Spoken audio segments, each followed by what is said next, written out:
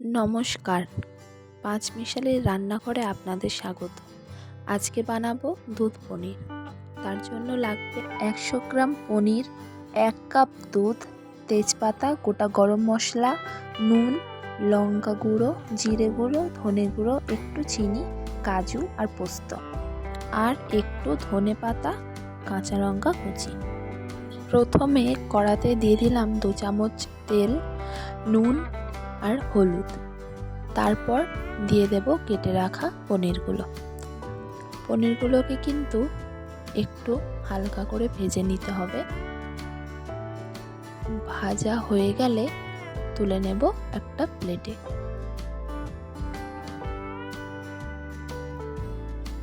তারপর ওই তেলেই দিয়ে দেব তেজপাতা, জিরে, লবঙ্গ, এলাচ, দারচিনি আর একটু গোটা মরিচ। এগুলোকে একটু ভালো করে ভেজে নিতে হবে। তার মধ্যেই ওই যে গুঁড়ো মশলাগুলো ছিল ওইগুলোকে একটা বাটিতে জল দিয়ে ভিজিয়ে রেখেছিলাম, ওইটাকেই দিয়ে দিলাম। একটু ফুটে গেলে দেবো এতে একটু চিনি আর বেটে রাখা কাজু পোস্ত বাটা।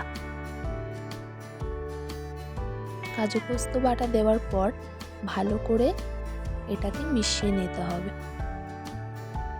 একটু ফুটে গেলে দিয়ে দেব দুধ। 1 কাপ মতো দুধ নিয়েছি। দুধটা ভালো করে ফুটে গেলে দেখবেন রংটা খুব সুন্দর হয়েছে। দেখুন গ্রেভি থেকে যেমন তেলটা বেরিয়েছে, তার মানে কিন্তু এটা প্রায় হয়ে এসেছে। এবারে এতে দিয়ে দেব পনিরগুলো ভালো করে মিশিয়ে নেব আর একটু ভালো করে ফুটিয়ে নিতে হবে। পনিরের তেলগুলো যখন ছেড়ে দেবে তখন দিয়ে দেব একটু ধনে পাতা আর কাঁচা লঙ্কা কুচি। ধনে পাতা কাঁচা লঙ্কা কুচি দেওয়ার পর এটাকে আরও 5 মিনিট ঢাকা দিয়ে রেখে দেব।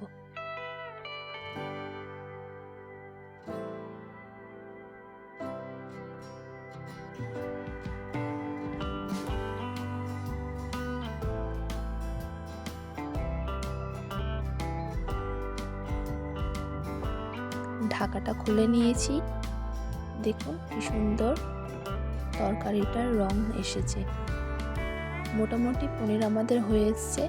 দিয়ে দেবো একটু ঘি আর বাড়িতে বানানো গরম মশলা।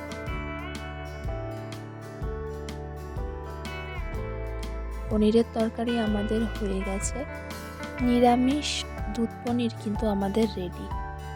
এই পনিরের তরকারিটা আপনারা গরম গরম লুচি বা বাসন্তী পোলাওয়ের সাথে কিন্তু খেতে পারেন। পনিরের তরকারি আমাদের রেডি। ভালো লাগলে একটা লাইক করে দেবেন আর কমেন্টে জানাবেন কেমন লাগলো।